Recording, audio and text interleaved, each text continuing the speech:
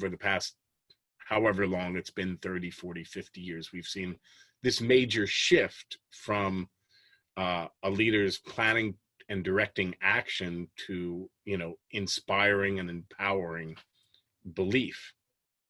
And I think that's definitely true when it comes to change. So we need to, a leader's function is in large part to form this kind of a common purpose. And it also helps us survive victory. One of the things I say in the book is that every revolution inspires its own counter-revolution, right? And we've seen, this sort of tennis match of change where, the pendulum swings one way and then it goes too far and there's a backlash and it swings the other way.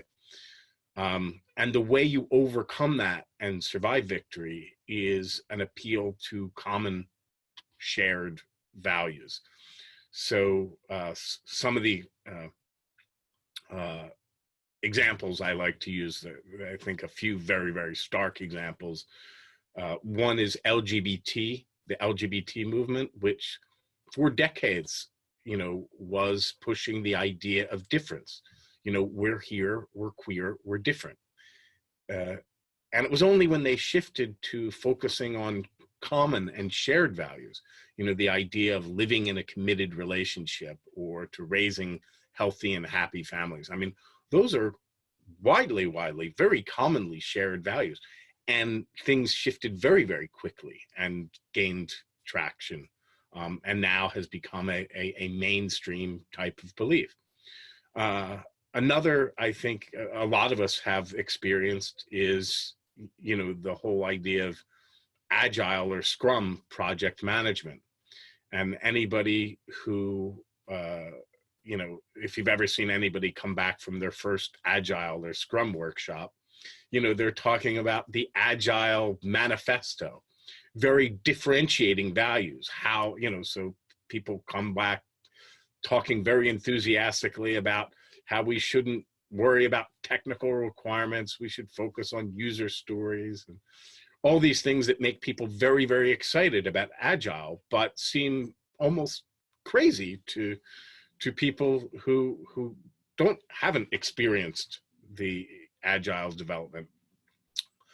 And the way you get people, you bring people in, isn't focusing on those differentiating values. And this is something we spend quite a bit of time on in the workshops. And it's really amazing when you can get people to make this shift from the differentiating values that make people excited about an idea, like the Agile Manifesto, to the shared values that bring others in. So with Agile, the idea of higher quality projects that are done on time and on budget. I mean, who could be against that? That's a very much a shared value.